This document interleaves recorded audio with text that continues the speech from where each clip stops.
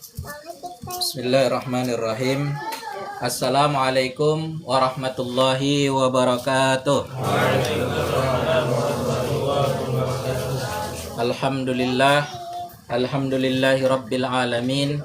Summas salatu wassalamu ala habibina nabiyina wa maulana Muhammadin sallallahu alaihi wasallam, alladhi hamalana minadh dhulumati ilan nur wa minal batil ilal haq. Rabbi israh li sadri wa yassir li amri wahlul 'uqdatam min lisani yafqahu qawli. Amma ba'du. Jamaah hadirin yang dirahmati Allah Subhanahu wa taala, yang kami muliakan, naib, rois, ikhwan akhwat yang hadir di taklim riasah kita pada sore hari ini di tanggal berapa para ikhwan? 22 Rajab ya, 22 Rajab tahun 1447 Hijriah ya. Kita sudah berada di bulan Rajab haram, satu di antara 4 bulan haram. Apa aja bulan haram? Zulqa'dah, Zulhijjah, Muharram, Rajab ya. Nah, itu 4 bulan haram yang sudah Allah tentukan sejak penciptaan langit dan bumi ya. Dalam 1 tahun ada 12 bulan kata Allah ya. Makanya dalam penanggalan mau Masehi mau apa tetap 12 bulan. Ya enggak? Iya. Itu bukti kebenaran Al-Qur'an ya. Silahkan aja kalau mau buat mau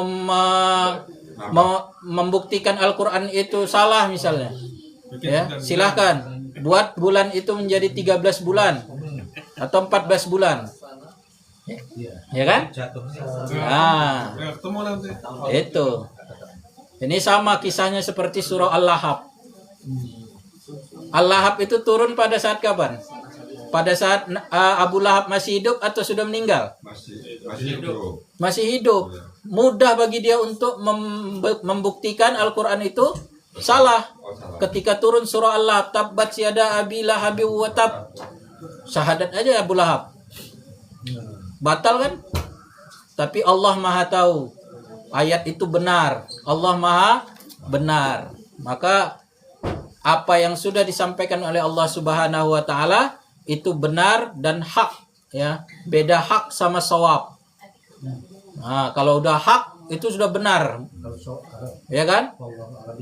Nah, kalau shawab atau sahih itu masih pandangan sebagian orang. Menurut Pak Haji Ganang benar, belum tentu menurut Rois benar. Menurut Pak Tamam benar, belum tentu menurut Habab benar. Itu namanya sahih atau shawab. Tapi kalau sudah hak, semuanya pasti mengakui kebenaran itu ya. Maka Al-Quran menyebutkan al-haqqu mir rabbikum ya kan. Nah, para ikhwan yang dirahmati Allah Subhanahu wa taala, kita sudah berada di tanggal 22 Rajab. Maka panduannya jangan menzolimi diri kita di dalam bulan Rajab ya. Itu dijaga karena ini bekal nantinya yang akan kita bawa di bulan Ramadan ya. Nah, kebiasaan untuk tidak menzolimi diri sendiri ini nanti akan kita terapkan lagi di Sya'ban. Kita latih di Sya'ban, kemudian itu menjadi bekal kita nanti di Ramadan. Ketika di Ramadan, akhirnya nanti adalah la'allakum tattaqun. Tattaqun itu kita dapatkan, kemudian dikumpulkan di Syawal ya, dijaga di Syawal, di Zulqa'dah juga dijaga, maka itu nanti menjadi bekal di musim haji. Zulhijjah. Fatazawwadu khairuz zadit taqwa. Jadi berlanjut itu semua bulan-bulan itu. Takwa itu tadi didapat di bulan Ramadan, kemudian dijaga di bulan Syawal, ya kan? Ditingkatkan di bulan Zulqa'dah, kemudian digunakan di dalam bulan Zulhijjah sebagai sebaik-baik bekal. Dan Zulhijjah terakhir dari bulan Zulhijjah itu terakhir dari bulan Hijriah. Nanti bulan Muharram lagi, masuk lagi bulan pertama tahun baru Hijriah ya. Nah, ikhwan yang dirahmati Allah Subhanahu wa taala, itu pentingnya kenapa kita selalu mengingat bulan-bulan Hijriyah. Ya, seringkali ya dimulai dengan mengingat kembali bulan Hijriyah supaya kita tetap ingat. Ya, karena musuh-musuh Islam berupaya untuk menghilangkan itu. Berupaya untuk menghilangkan itu. Coba bayangkan para ikhwan, lupa kita sudah masuk bulan Rajab. Ternyata sudah masuk bulan haram. Kita lakukan zolim di situ. Kita zolimi diri kita di bulan Rajab atau di bulan Zulqa'dah yang jarang mungkin kita ingat. Yang tidak pada tempatnya itu zolim. Nah, dengan berawal dari lupa kita nggak tahu di bulan apa, maka perintah Allah itu wala tazlimu fihinna ampusakum kita langgar. Ya kan? Halus. Maka kita perlu perhatian. Nah, ikhwan akhwat yang dirahmati Allah Subhanahu wa taala, sore hari ini kita kembali belajar sirah. Waktunya singkat, nanti kalau habis diingatkan supaya Naib juga punya waktu, ya. Ya. Sore hari ini kita akan berkisah tentang satu momen di mana haibah atau wibawa kaum muslimin bangkit di mata musuh-musuh Islam di masa Rasulullah Sallallahu Alaihi Wasallam. Momen apa itu? Ada yang tahu?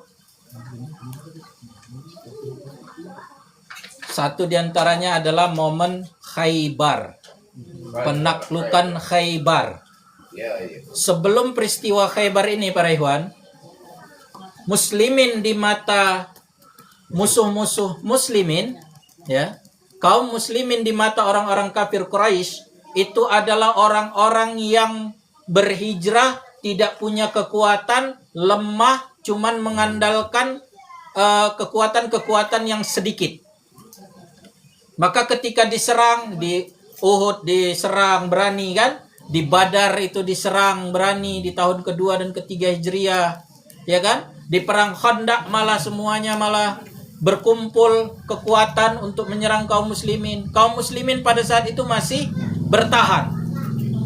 Tetapi dalam peristiwa Khandaq nanti akan kita lihat bagaimana Rasulullah Sallallahu Alaihi Wasallam memimpin kaum muslimin menyerang, tidak di Madinah tetapi masuk ke dalam benteng Khaybar. Nah, sebelum masuk ke dalam peristiwanya, dibacakan apa yang sudah ditulis oleh Syekh Umar Abdul Jabbar dalam Khulasah Nurul Yakin, ya. Qala al-muallifu rahimahullah wa nafa'ana bihi wa nafa'ana bi ulumihi fid daraini amin. Kalau ada bukunya di halaman 25, kalau buku Adi, kalau yang di buku Rois itu di As-Sanah As-Sabi'ah minal Hijrah, tahun ke-7 Hijriah. Nah, As-Sabi'ah minal Hijrah, tahun ke-7 Hijriah. Nah, peristiwa ini terjadi di tahun ke-7 Hijriah.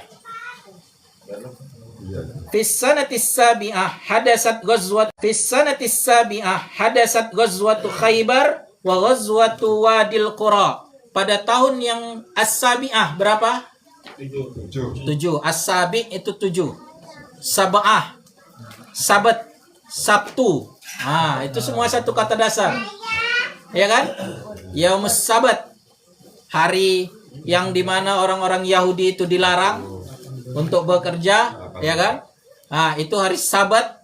Hari Sabtu itu adalah hari ke-7.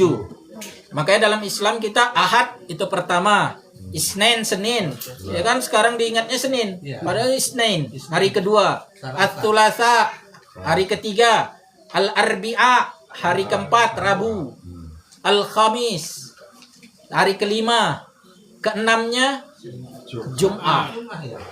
Kenapa? Karena dulu pada peristiwa zaman Rasul itu semua kebiasaan orang-orang Quraisy itu berkumpul di bukit yang sekarang Istana Raja, itu semuanya berkumpul di situ. Penyair-penyairnya kumpul di atas bukit itu, ya kan? Orang-orang kuat semua menunjukkan kapasitasnya di bukit itu. Nanti syair-syair terhebat itulah yang digantung di Ka'bah. Ka'bah ditulis di kiswah. Di kiswah itu. Kalau sekarang namanya kiswah, kalau dulu cuma digantung-gantung itu kan. Belum ada kiswahnya. Nah, itulah hari Jumat mereka berkumpul di situ. Tetapi setelah masuk syiar Islam, Jumat itu dimasukkan nilai-nilai keislaman. Tidak lagi berkumpul menunjukkan kehebatan. Tetapi kita di situ dikumpul dinasehati tentang takwa, betul? Semua khotib diwajibkan untuk menasehati tentang takwa di Jumat. Ya kan? Nah, itu al-Jum'ah, maka hari ketujuh adalah Sabat. Nah, ini As-Sabi'ah adalah tahun yang ke-7. Hadasat Ghazwatu Khaybar, terjadi peperangan Khaybar. Ulama menuliskan ghazwah karena Rasul ikut di dalamnya. Kalau enggak ikut namanya Sariyah. Ya, Ghazwatu Khaybar wa Ghazwatu Wadil Qura. Khaybar ini nama satu tempat, para ikhwan. Tempat ada di sebelah barat lautnya Madinah. Kurang lebih itu kalau Syekh Muhammad Khudri Bek dalam kitab Nurul Yakinnya menuliskan kurang lebih 100 mil. Jaraknya dari kota Madinah itu 100 mil. Kalau kita kilometer kan sekitar 160 kilometer. Dari sini Bandung lewat. Kalau ke Lampung nyampe. Ya kan? Sukabumi nyampe ya Mas Wan ya. Nah, tuh 160 kilometer. Ya. Nah, itulah tempat namanya Khaybar. Ya. Itu tempat namanya Khaybar. Maka perang ini dinamakan perang Khaybar. Nah, untuk kondisinya para ikhwan, supaya ada gambaran, Khaybar ini adalah tempat di Madinah yang kondisinya subur. Dihuni oleh orang-orang Yahudi. Ya, dihuni oleh orang-orang Yahudi dan wilayahnya termasuk wilayah yang subur. Itulah tempat yang dipilih oleh orang-orang Yahudi jauh sebelum Rasul lahir. Makanya mereka berkumpul di Khaybar. Kenapa? Karena tempat itu tempat yang subur. Beda dengan Yasrib yang didatangi oleh Rasul pada saat hijrah. Itu di wilayah selatan. Madinah wilayah selatan dulunya itu gersang. Tetapi Madinah wilayah utara itu dulunya subur. Maka liciknya orang-orang Yahudi, mereka tahu akan diutus seorang Rasul bentar lagi. Lahirnya di Mekah dan akan berhadapan dengan Quraisy di Mekah, tetapi akan diusir ke Madinah. Orang Yahudi maunya mengambil yang enaknya. Mereka nggak mau ikut bertempur di Mekah, ikut berjuang bersama Rasul di Mekah nggak mau. Maka mereka ambil, ya udah kita langsung tunggu aja di Madinah. Nah, sampai di Madinah, mereka pilih juga tempat yang paling subur. Kami nggak mau wilayah selatan. Kami ambil wilayah utara. Itu liciknya orang-orang Yahudi. Sampai sekarang otaknya begitu. Makanya dapat tepi barat, dapat habis lagi ke Gaza, dihantam lagi semuanya. Itu udah wataknya. Nah, nggak mau berjuang dari awal, tetapi maunya ngambil nanti keuntungan di tengah-tengah. Kan setelah hijrah itu Rasul kaum muslimin sudah punya kekuatan. Nah, di situ aja nanti kami. Sama mulai dari zaman Nabi Musa kan juga begitu. Disuruh masuk ke Palestina, katanya apa? Kamu aja Musa sama Tuhanmu yang masuk ke Palestina. Kalau kalian sudah berperang, nanti baru kami masuk. Kami nunggu di sini aja di luar. Itu setelah dikasih mukjizat banyak ya. Itu sudah banyak mukjizat yang dikasih. Ya. Nah, bahasa Al-Qur'annya la'allakum tashkurun, kata Allah untuk orang-orang Quraisy, orang-orang Yahudi itu. Mulai dari mereka Nabi Musa berangkat ngambil kitab 40 hari. Pulangnya mereka udah nyembah berhala. Dimaafkan, la'allakum tashkurun, kata Allah.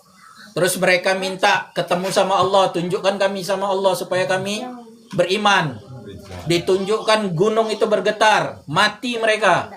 Ketika terlihat itu peristiwa, mereka mati. Mati mereka dihidupkan lagi sama Allah supaya kalian bersyukur, kata Allah. Tapi enggak juga sampai sekarang. Maka hati-hati kita kalau dapat nikmat enggak bersyukur. Ya. Kayak orang botak. Itu kondisinya, tanahnya subur. Jadi Yahudi dari dulu sudah memilih, ya. Kemudian Khaybar ini memiliki benteng-benteng yang kokoh, para ikhwan. Benteng ini bentengnya kokoh. Ada 3 benteng utama. Benteng pertama di sini namanya benteng An-Natah. Kemudian benteng Qutaibah. Kemudian benteng Shiqqah. Kalau di Khulasah ini tidak disebutkan oleh Syekh Umar Abdul Jabbar. Tetapi di kitab Nurul Yakinnya, kalau ini kan Khulasah Nurul Yakin. Tapi di kitab Nurul Yakinnya yang karangan oleh Muhammad Khudribek rahimahullah, itu dituliskan, dijelaskan nama bentengnya itu tadi Natah, Shiqqah, Asyikko, kemudian Natah, Qutaibah, dan Shiqqah. Ini 3 benteng utama. Setiap bentengnya punya benteng-benteng kecil lagi. Natah punya 3 benteng. Ya, namanya Naim, As-Sa'ab, kemudian Killah. Qutaibah, ya kan tadi benteng pertama, benteng utama pertama, kemudian punya 3 benteng pendukung. Setelah 3 benteng pendukung ini, di belakangnya ada lagi benteng utama, namanya benteng Qutaibah. Benteng Qutaibah ini punya 2 benteng pendukung lagi, namanya Ubay dan Al-Bari. Benteng Ubay dan benteng Al-Bari. Di belakang benteng Ubay dan benteng Al-Bari ada lagi benteng utama, namanya benteng Asyikqa. Nah, di benteng Asyikqa ini ada 3 lagi benteng pendukung, ya, namanya benteng Qamus, Al-Wati, dan As-Sulalim. Nah, 3 benteng ini, bayangkan para ikhwan, apa yang bisa diambil hikmah dari situ? Yahudi itu penakut, tinggalnya di dalam benteng, bunker. Kalau sekarang kan bunker, benteng itu juga dilawan oleh Rasulullah dulu. Begitulah.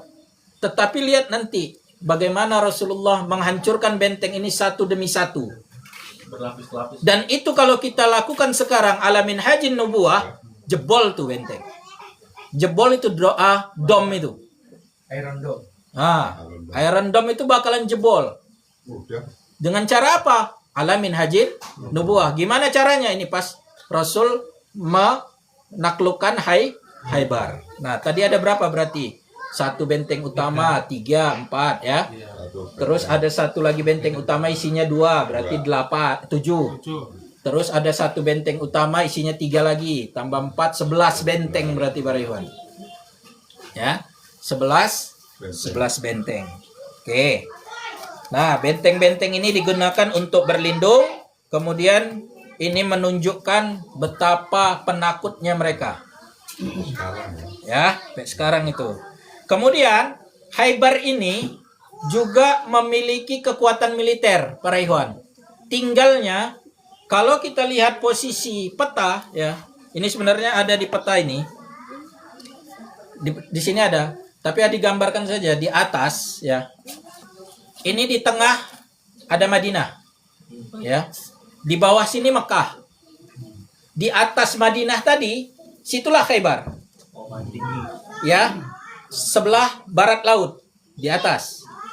Ya. Kalau Makkah ada di bawah. Maka Khaybar punya kekuatan militer di atas. Kaum Quraisy punya kekuatan militer dari bawah. Madinah berada di tengah-tengah.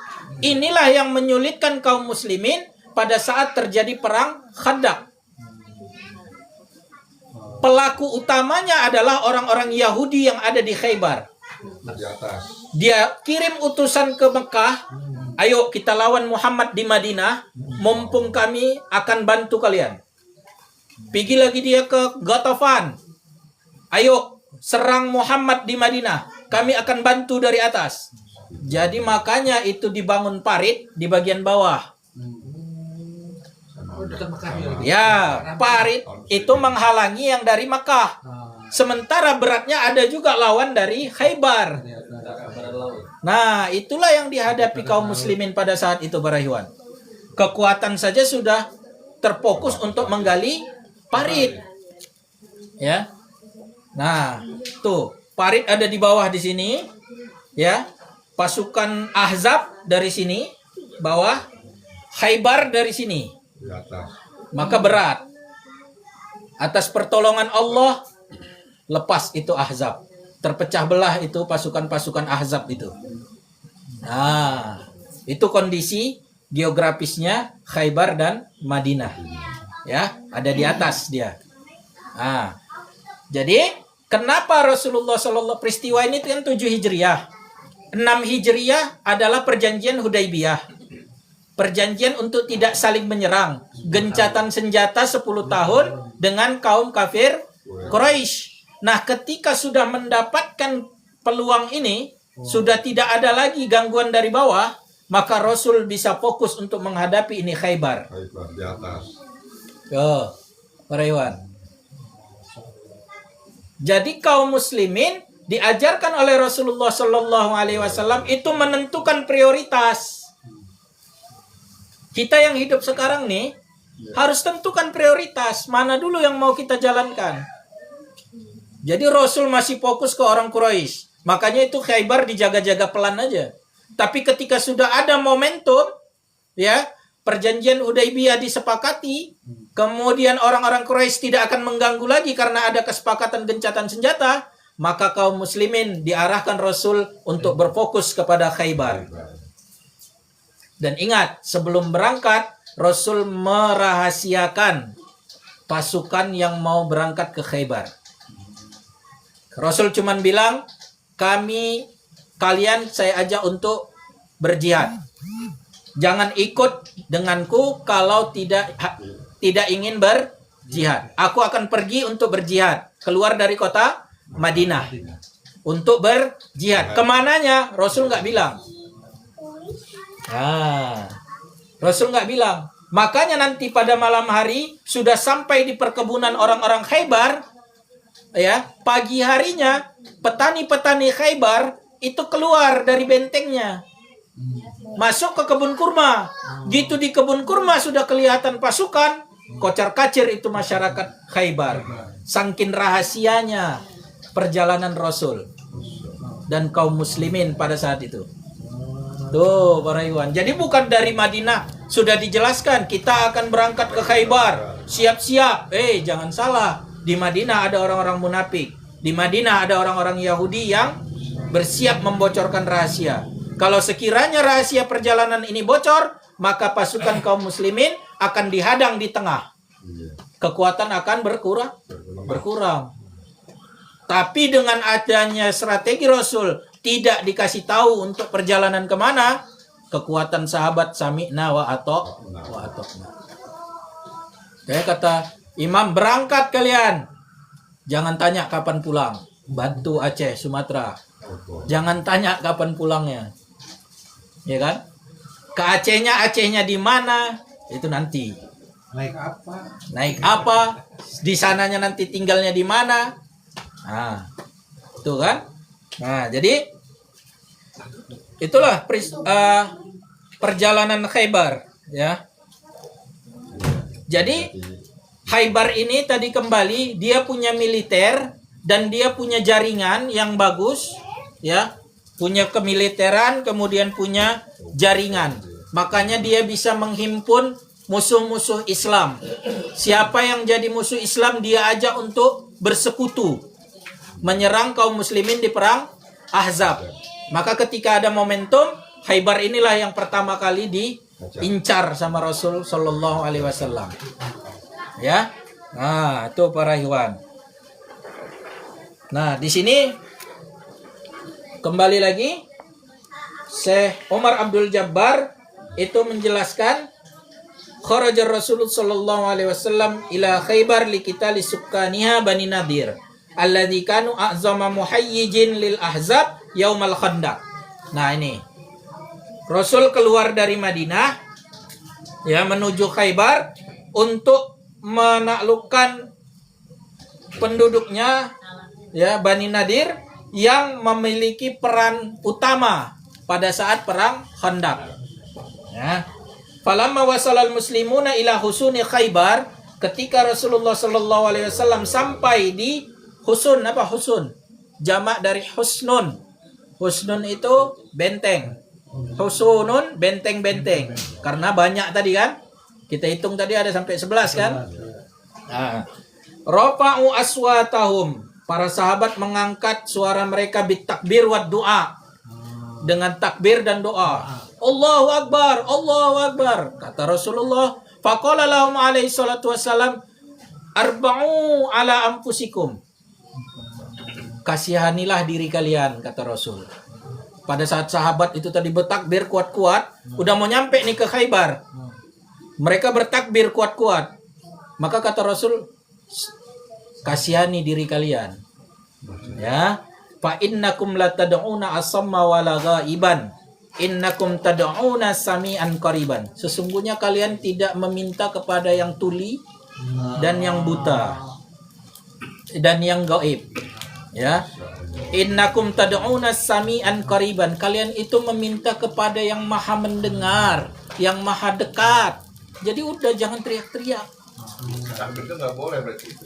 Takbir boleh pada posisinya. Ini tadi di awal dibilang strategi Rasul supaya mengejutkan. Oh, senyap. Senyap. Jangan lewat dari strategi. Tetapi ketika kita ada di posisi yang harus bertakbir, ya, kapan itu misalnya? Berhadapan. Berhadapan. Gampangnya pada saat Rasul Fatu Makkah, talbiyah. Mau haji kita juga kan? Labbaik Allahumma labbaik. Disampaikan untuk apa? Syiar. Karena dianggap orang-orang Mekah pada saat Fatu Makkah itu, ini orang-orang Madinah nih lemah nih. Udah mau perjalanan jauh, makan kurang. Pasti ini kecil-kecil orang ini, lemah-lemah. Kata Rasul apa? Buka kain ihram kalian sebelah kanannya. Tunjukkan bahu-bahu kalian yang tegap. Takbir, talbiyah. Gentar orang-orang Mekah. Jadi takbir pada saat momen yang tepat. Kata Rasul, jangan takbir kuat-kuat. Kasihani diri kalian. Nanti ketahuan kita serang. Nah, tuh. Ya. Fa innakum tad'una sami'an qariban. Sesungguhnya kalian berdoa kepada yang maha mendengar dan maha dekat, ya. Nah, ini summa qata'al muslimuna nakhlal yahud wa hasaruhum sittata ayyamin liyujbiruhum 'ala taslim. Nah, summa qata'al muslimuna nakhlal yahud. Kemudian kaum muslimin menebang perkebunan Yahudi, perkebunan kurbannya ya Yahudi. Boleh nggak? Yang Khaybar ya. Ya, yang di Khaybar. Tadi kan perkebunan Khaybar itu ada di luar benteng. Ya. Nah, di luar benteng, maka ketika Rasul sudah sampai di benteng itu, diizinkan sama Rasul untuk menebang itu pohon-pohon kurma. Untuk apa? Satu, karena kan kaum muslimin yang datang ini banyak, ya kan? Kalau dikumpulkan di tanah yang lapang itu nggak ada, maka perlu dibuat tanah yang mencukupi untuk pasukan bisa berkumpul bersatu, tidak terpecah belah. Kekuatan harus terfokus. Maka dibuatlah area di tengah-tengah padang kurma itu tadi, ya kan? Diambil di perkebunan itu tadi karena kan kebun-kebun nggak kelihatan. Nah, ya, Muhammad Khudri Bek itu menjelaskan sekitar 400 batang kurma yang ditebang. Bayangkan itu baru sebagian. Berarti seberapa besar kebun kurmanya orang Khaybar. Makanya dia bisa sombong, punya kekuatan dari sisi ekonomi. Nah, ketika itu batang kurma ditebang, ya, kaum muslimin bisa membuat kemah di situ, karena di sini disebutkan wahasoruhum sittata ayyamin, dan dikepung selama 6 hari. Bayangkan para iwan. Benteng Khaybar dikepung selama 6 hari sama Rasul. Sama Rasul dan kaum muslimin dikepung. Karena Rasul tahu ini medan perjuangan yang berbeda dengan yang lain. Kalau Uhud di tanah lapang, ya kan? Badar di tanah lapang, ya kan? Khandaq dari Madinah kita sendiri. Ini kita keluar ke tempat musuh yang kita belum paham betul medannya. Kemudian kalau kita serang, ini benteng-benteng betul-betul kokoh. Kalau pakai strategi yang ada di Uhud, maka akan banyak korban dari kaum muslimin. Makanya strategi Rasul pengepungan.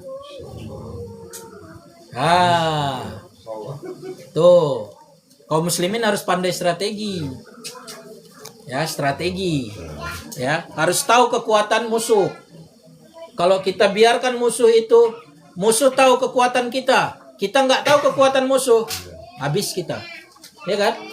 Nah, di ukhuwah pasti diajarkan itu. Tim-tim ukhuwah pasti diajarkan bagaimana membaca lapangan, bagaimana membaca orang-orang yang mungkin berbahaya atau orang-orang yang perlu diperhatikan. Nah, tuh. Ya. Maka satu tadi supaya ada tempat untuk berkemah, yang kedua supaya kekuatan musuh berkurang. Faktor ekonominya tadi kan dari perkebunan kurma itu tadi. Nah, ketika paginya mereka masuk kebun, ternyata udah ada pasukan muslimin, mereka kaget. Ngedon masuk lagi ke benteng. Itulah takutnya mereka. Ya kan? Masuk mereka dalam benteng lagi, nggak keluar-keluar. Dikepung tuh selama 6 hari. 6 hari ini para ikhwan, jangan bayangkan 6 hari itu Rasul cuman ada di kemah, kemudian diam nunggu aja gitu, enggak. Setiap harinya berjalan dengan peperangan-peperangan kecil. Enggak diam di kemah, enggak cuman ngepung gitu, enggak. Tapi satu pasukan coba maju. Ya kan? Belum bisa, mundur lagi. Itu terus dicoba selama 6 hari itu. Pancing terus ya. Ya, enggak juga berhasil. Nah, sampai dikisahkan di kitab Nurul Yakin tadi, di malam ketujuhnya, ketika Umar ibn al-Khattab radhiyallahu anhu, Haris Lail, jaga malam, ya. Nah, jaga malam, ini nunjukkan kita harus ada juga jaga malam, gitu kan. Nah, ketika Umar ibn al-Khattab radhiyallahu anhu jaga malam ribat, ya, dia melihat ada satu orang Yahudi keluar diam-diam mau ngambil perbekalan keluar benteng. Inilah cara Allah untuk menyelamatkan kaum muslimin, untuk menolong kaum muslimin. Nampak sama Umar, kemudian kata Umar ditangkap itu orang, dihadapkan kepada Rasulullah, kemudian diinterogasi. Mau dihukum, kemudian dia merasa takut. Ketika orang Yahudi ini ngerasa takut, maka kata orang Yahudi ini, tolong beri aku jaminan keamanan. Kalau kalian berikan aku jaminan keamanan, aku akan berikan informasi yang penting kepada kalian. Di mana informasi ini bisa memberikan kemenangan kepada kalian dalam membuka benteng-benteng Khaybar. Kata Rasulullah, oke, kamu aman. Tuh, kamu aman. Maka dibilanglah sama orang Yahudi ini tadi, bahwa sesungguhnya di dalam benteng itu, kaum muslimin kan nggak tahu kondisi di dalam benteng seperti apa, ya kan? Iya, belum masuk. Nah, lewat orang Yahudi inilah disampaikan, katanya bahwasanya di dalam benteng itu penduduknya sudah takut, perempuan dan anak-anak sudah diungsikan ke benteng yang belakang. Tadi kan ada 3 benteng, sudah diungsikan ke benteng Shikoh, ke benteng kedua. Tadi kan yang pertama Natoh, Kutaibah yang kedua. Nah, jadi di benteng Natoh tadi pasukan sudah siap, anak-anak dan perempuan sudah diungsikan ke Kutaibah, ke benteng kedua, ya kan? Nah, dan besok pagi orang-orang Khaybar akan menyerang, membuka pintu dan akan menyerang. Kalau kalian bisa mengalahkan pasukan Khaybar yang besok keluar, maka aku akan tunjukkan di mana gudang persenjataan. Tuh. Perjalanan beduk tuh ya. Tuh. Ini jalan Allah. Pertolongan yang Allah kirimkan setelah hari ke-6. Ini kan malam ke-7. Besok hari ke-7-nya. Maka kata Rasulullah SAW setelah mendengar info ini, kata Rasul, baik para sahabat, besok aku akan berikan kepemimpinan kepada orang yang mencintai Allah dan Rasulnya, dan Allah dan Rasulnya mencintai orang itu. Besok dia akan jadi pemimpinnya. Oh, semua sahabat gak bisa tidur, Pak. Rahasia ya. Berharap itu bendera kepemimpinan dipegang, diserahkan kepada dia.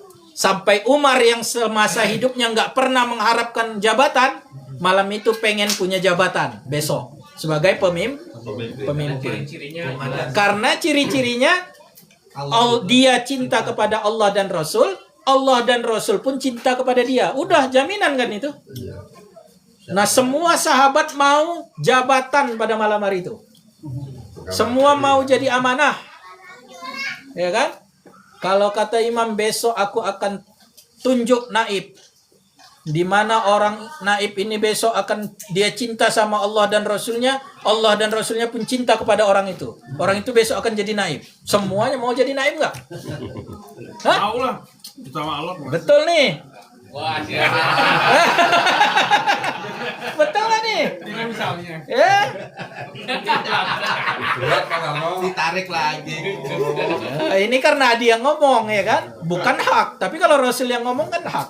Iya. Masih sawah. Nah, sekiranya Rasul bilang besok akan ada wali di wilayah baru, Soap ya. walinya akan aku tunjuk, kata imam. Calon penghuni surga. Pak. Pokoknya ini wali, orangnya saya jamin dia cinta sama Allah dan Rasul. Allah dan Rasulnya pun insya Allah cinta sama dia. Mau kalau ada gajinya mau. Tidur nggak kita malam itu? Kalau Rasul sih bisa. Bisa ya? Nah, itulah standar keimanan kita. Kan di situ. Itulah standar keimanan kita di masa sekarang ini, para Iwan.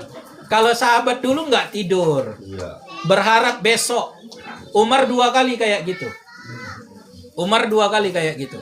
Ada satu kisah lagi nanti akan terjadi seperti itu juga. Nah, tapi di lain waktu kita kisahkan. Nah, pada besok harinya ternyata royah ini, bendera perang ini diserahkan kepada sepupu Rasulullah Sallallahu Alaihi Wasallam, menantu Rasulullah Sallallahu Alaihi Wasallam. Siapa itu? Ali bin Abi Thalib. Sayyidina Ali bin Abi Thalib radhiyallahu anhu. Kata Rasul, mana Ali? Kata orang, sakit ya Rasul. Matanya lagi sakit. Pada saat itu Ali, sahabat Ali radhiyallahu anhu wa karamahullahu wajhah, itu lagi sakit mata. Sakit mata ya Rasul, panggil ke sini. Ketika datang, dikasih ludah Rasul, sembuh itu mata tanpa ada penyakit. Oh. Ya, Rasul kita itu semua mukjizat para nabi sebelum-sebelumnya terhimpun dalam mukjizat Rasulullah Sallallahu Alaihi Wasallam. Nabi Isa bisa menyembuhkan orang mati, Banyak menghidupkan, bisa menghidupkan orang mati, bisa menyembuhkan orang penyakit kusta dan sebagainya kan. Nah, Rasul pun demikian. Bahkan Rasul bukan cuman orang yang baru mati, jasadnya masih utuh. Tapi lebih hebat lagi mukjizat Rasul Sallallahu Alaihi Wasallam tentang mayat yang bisa hidup kembali. Pada saat kapan tuh, Pak? Belum dengar. Belum dengar? Ini pada saat Khaybar. Saat Khaybar nanti sudah ditaklukkan, ya, masyarakatnya tetap di Khaybar. Kemudian kata Rasul, penduduknya boleh tinggal di Khaybar, mengelola perkebunan, silahkan. Tapi hasilnya bagi 2. Nah, semua itu setuju, hidup damai. Tapi ada satu perempuan, dia mau coba. Perempuan ini mau coba. Ini benar nggak Rasul? Dikasihnya paha kambing, paha domba, dikasihnya racun. Dia kasih ke Rasul. Nah, mukjizatnya Rasulullah Sallallahu Alaihi Wasallam, ini daging, ini paha domba, ya, domba yang sudah dipotong-potong, dimasak, dikasih bumbu, berbicara kepada Rasul. Jangan makan aku ya Rasul, karena aku sudah dilumuri racun. Dimuntahkan lagi sama Rasul. Pada saat itu Rasul makan sama satu sahabat namanya Bishr. Nah, Bishr ini wafat karena udah terlanjur menelan itu daging. Tapi Rasul karena daging ini bicara sama Rasulullah, maka dimuntahkan lagi oleh Rasulullah Sallallahu Alaihi Wasallam. Nah, nanti di akhir hayat Rasulullah Sallallahu Alaihi Wasallam ada ulama atau ahli sirah yang menyatakan di antaranya kenapa Rasul sakit itu masih ada bekas-bekas racun ini. Ya, karena nggak beda jauh ya. Nah, masih ada bekas-bekas racun ini di peristiwa Khaybar ini tadi. Kan tahun 7, Rasul meninggal tahun 11. Berarti 4 tahun itu bekas-bekas racun ada di Rasul. Nah, tapi kembali ke mukjizat Rasul tadi, kalau Nabi Isa yang dibangkitkan adalah utuh, seorang mayat. Utuh nih, masih mayatnya. Atas izin Allah bangkit. Tapi Nabi Muhammad lebih hebat kan? Domba. Ya kan, kalau Nabi Ibrahim burung potong belah dua. Taruh satu sini, panggil datang. Nah, kalau Rasul udahlah disembelih ini domba, dimasak ini domba, kasih bumbu. Untung nggak pakai nasi kebuli ya Mas Wan. Nah, pakai masak enak, kasih bumbu, lumuri racun, mau dimakan Bisa bicara. ngomong ini. Tuh mukjizat. Hebat kan? Jangan ragu sama Nabi kita. Nah, tuh udah sampai mana tadi? Udah habis waktu Mas Wan. Ini belum takluk ini Khaybarnya. Belum. Ya? Nah, Bendera. Yang malam ke Ali. bendera. Sayut mata. Ya, sakit mata. Sembuhlah tadi sahabat Ali. Ya, tanpa ada sebelumnya seperti nggak ada rasa sakit sama sekali. Maka pada hari ke-7 Ali memimpin ini pasukan menaklukkan Khaybar.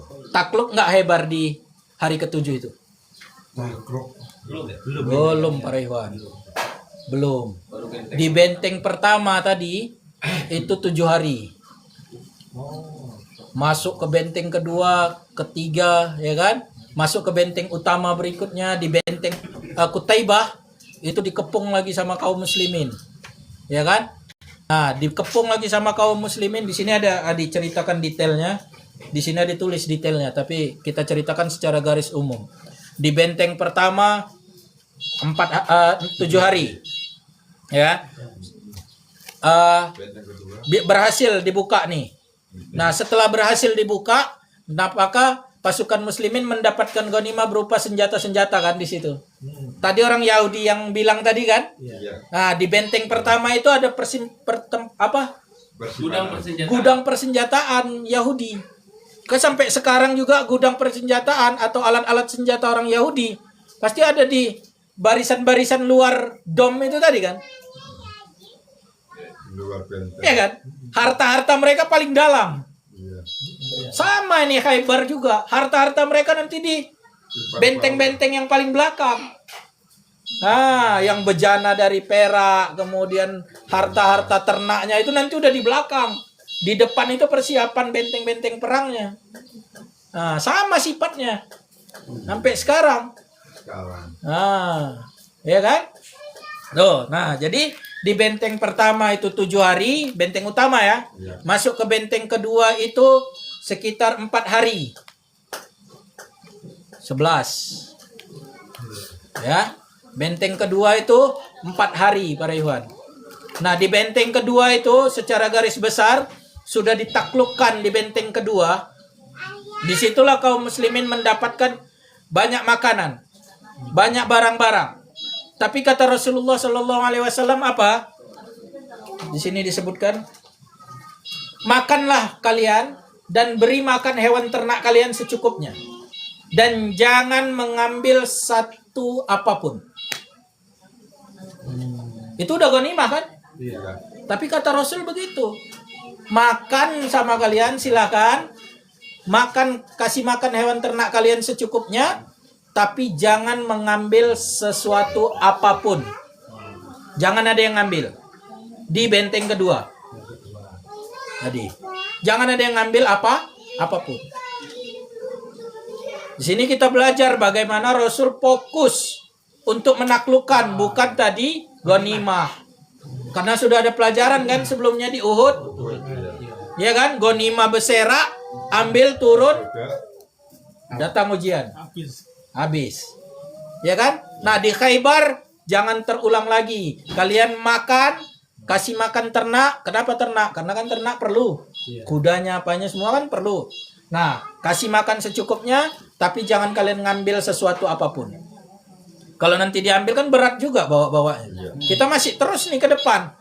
Masih ada benteng lagi nih.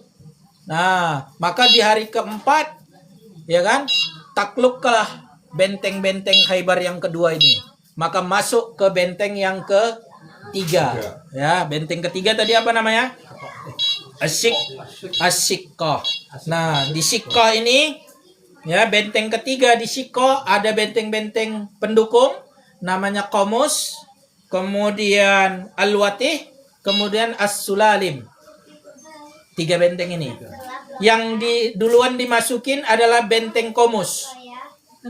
Qamus ini juga kuat pertahanannya karena dia benteng terakhir. Dalamnya harta. Pasti lebih kuat dibuat orang Yahudi. Pemanah di sini semua kuat. Jadi Rasul dan para sahabat itu menghadapi pemanah dari atas benteng.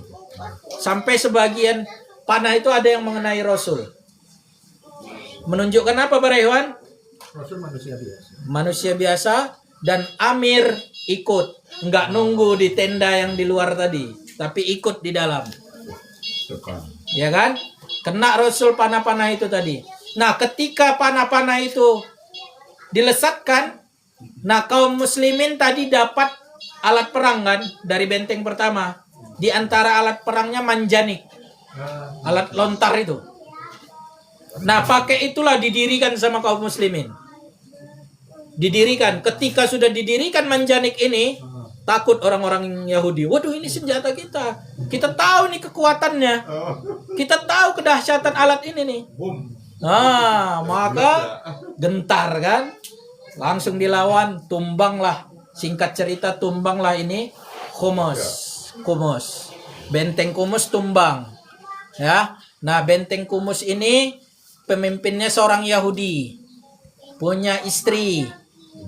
Ya, punya istri. Siapa namanya? Ibunda Rasul, ibunda kaum mukminin. Safiyah binti Huyai. Nah, ini kita harus kenal ibunda kita ini. Sebelum dinikahi oleh Rasulullah Sallallahu Alaihi Wasallam, ibunda Safiyah binti Huyai adalah istri dari seorang Yahudi, pemimpin dari benteng Qamus. Benteng Qamus tadi pemimpinnya suami ibunda Safiyah binti Huyai.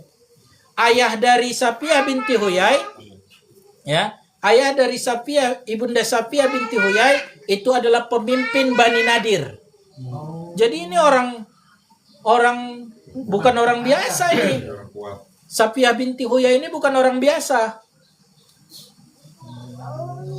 Nah, dia punya peran. Orang istimewa ini. Nah, ketika Qamus ditaklukkan, Safiyah binti Huyai ditawan. Ketika menjadi tawanan, ya, ini Safiyah binti Huyai diberikan pilihan. Mau tetap jadi tawanan silahkan, mau memeluk Islam kemudian akan dinikahi oleh Rasulullah Sallallahu Alaihi Wasallam.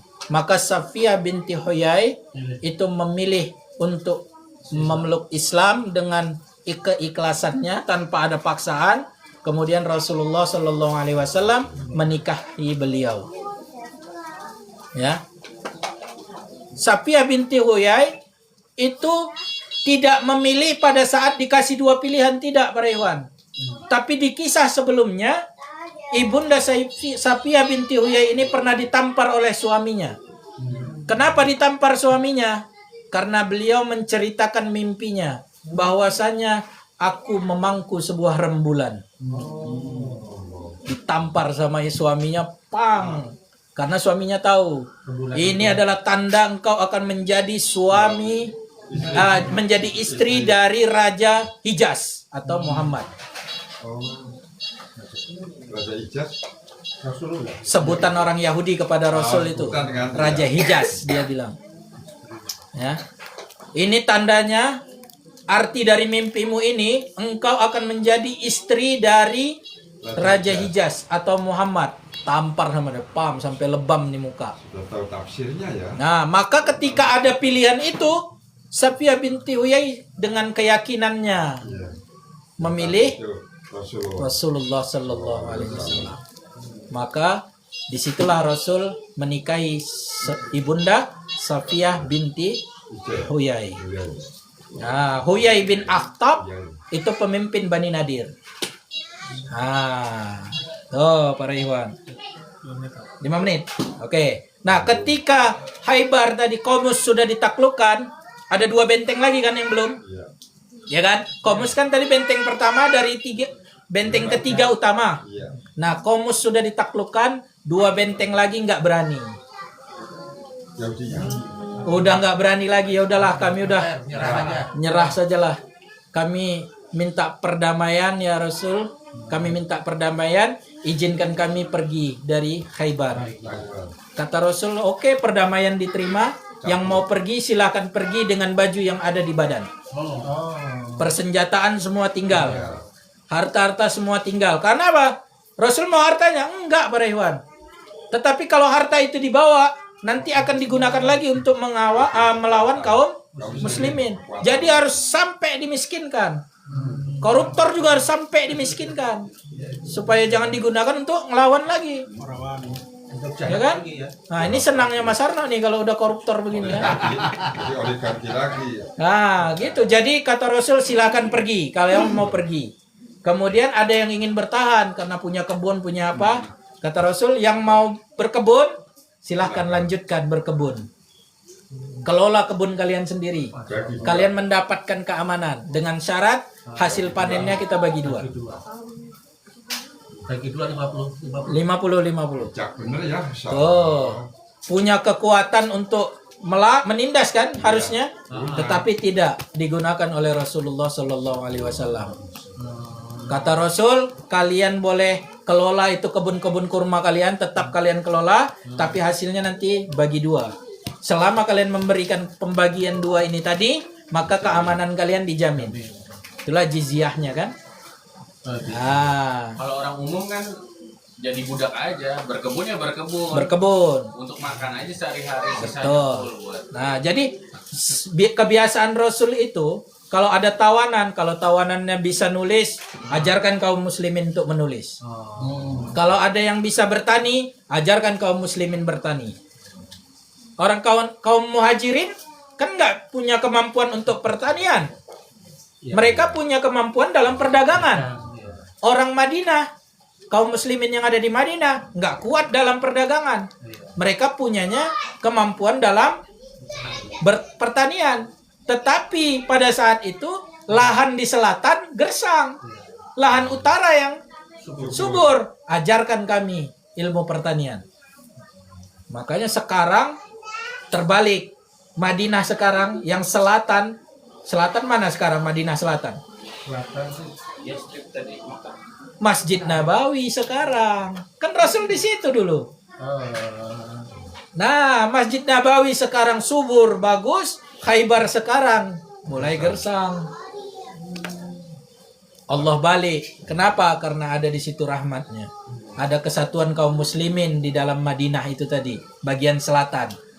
Maka ketika jamaah itu sudah bersatu di situ, rahmat itu turun. Nah, yang tadinya gersang jadi subur. Ya kan? Kaum Yahudi yang terpecah belah itu tadi di Khaybar, ada yang pergi, ada yang tetap, ada yang mau bayar jizyah, ada yang mau ninggalin aja lah, udah nggak mau tahu lagi gitu kan. Nah, itu mereka terpecah belah, maka lahannya pun akan gersang yang tadinya subur. Itu yang peristiwa orang Yahudi pada mencar ke dunia lain itu dari Khaybar itu atau ada kisah? Itu Masih lama. Allahu a'lam, Pak. Masih lama. Tapi di antaranya masih ada orang-orang Khaybar yang keluar dari kota Madinah itu menyebar kemana-kemananya di peristiwa Khaybar ini. Makanya kan ketika kita sekarang ada beberapa ikhwan kita ya, ketika mau membangkitkan semangat kaum muslimin ya, sekarang mereka kan yel-yelnya Khaybar, ya kan? Gimana? Khaybar, Khaybar. Ya Yahud.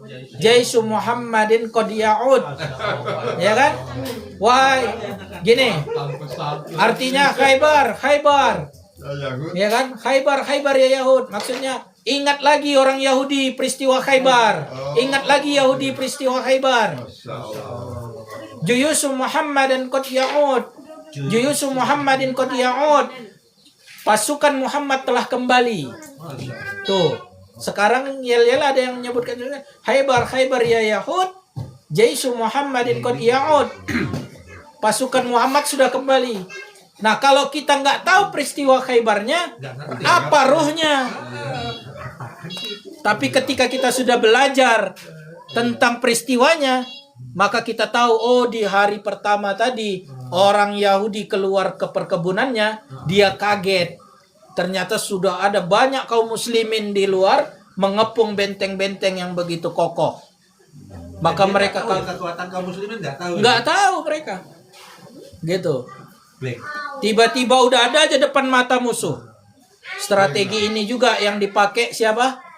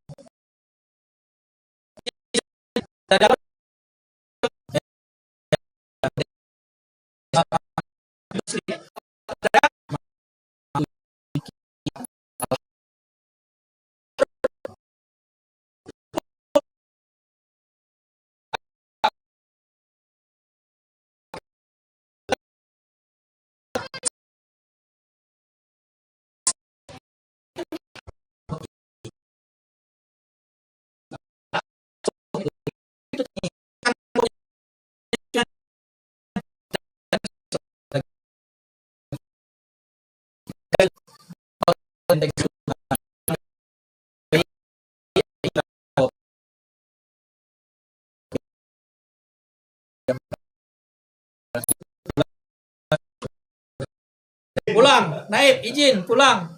Ya kan? Nah, itulah para ikhwan, hikmah yang bisa kita ambil setelah itu.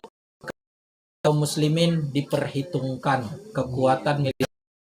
Sebelumnya pun hanya cuman bertahan, tetapi setelah semuanya mengawalkan. Juga orang-orang kafir Quraisy, makanya nanti ketika Fathul Makkah ini langsung nyerang. Negosiasi kan? Kenapa? Sudah kelihatan kekuatan muslimin. Tujuh ini juga Rasul mengirimkan surat-surat kepada raja-raja kan? Raja-raja. Udah pantas. Jadi kalau lihat, oh ini siapa? Oh min Muhammad. Udah ofensif ya. Udah punya nama ini pasukan kaum muslimin. Nah,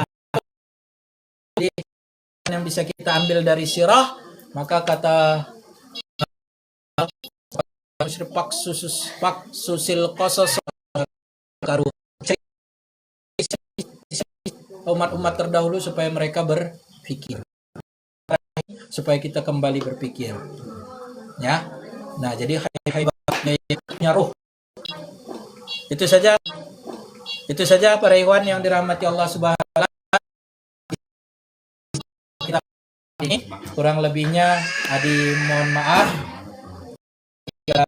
Syukran ala husni jami'an. Assalamualaikum warahmatullahi wabarakatuh.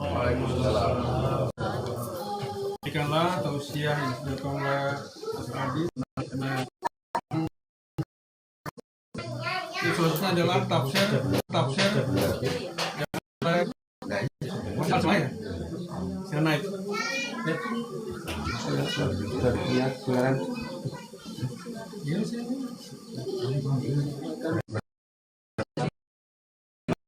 Lebih tinggi.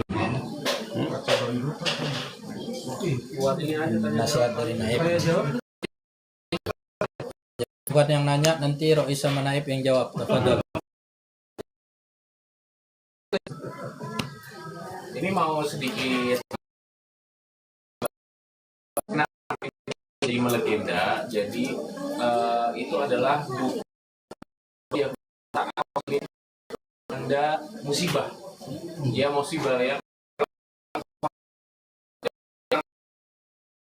5 sampai 6 km panjangnya. 3 sampai 5 meter. Lebarnya supaya kuda itu nggak bisa lewat 4 sampai 5 meter. Jadi betapa susah payahnya muslim menyelesaikan parit itu ya. Tapi orang Qatar itu malah menjadi musuh. Jadi Rasulullah sampaikan gitu. Sebab perang itu karena 5 Hijriah ya, setelah tadi ya. Ya. 5 Hijriah perang lanjutkan karena akan menjadi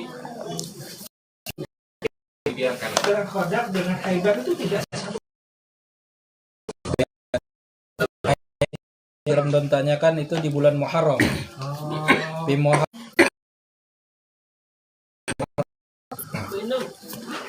Bukan yang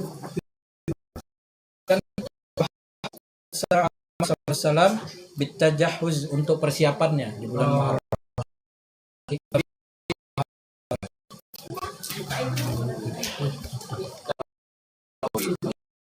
Mempersiapkan pari itu tuh mengarah ke mengarah ke barat laut itu belum disiapkan karena memang satu suara kan. sebenarnya maaf, sebenarnya tahun ke yang kelima ya, 5 atau 6 itu kan sebenarnya masih terikat saja. Ini tidak boleh perang selama 10 tahun gencatan senjata.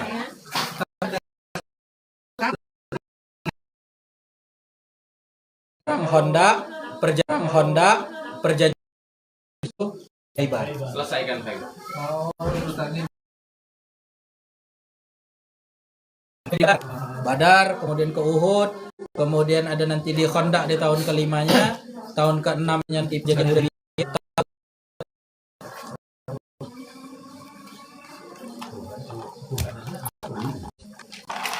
jadi sebelumnya. Jadi sebelumnya.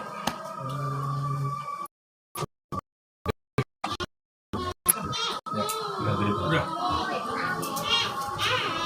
Demikian kita cukupkan aja soal kafaratul majelis. Subhanallah.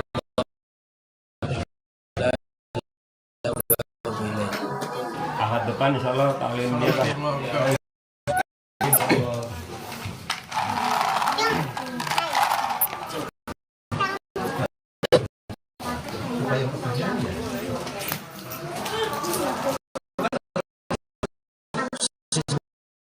Ya, 1400. Di kalau yang ada di dalam Khaybar, kalau yang ada di dalam Khaybar, 1.400 kaum muslimin melawan berapa jumlahnya Adi belum secara garis besar melebihi karena kan terkumpul semua orang di situ di 4 benteng itu tadi.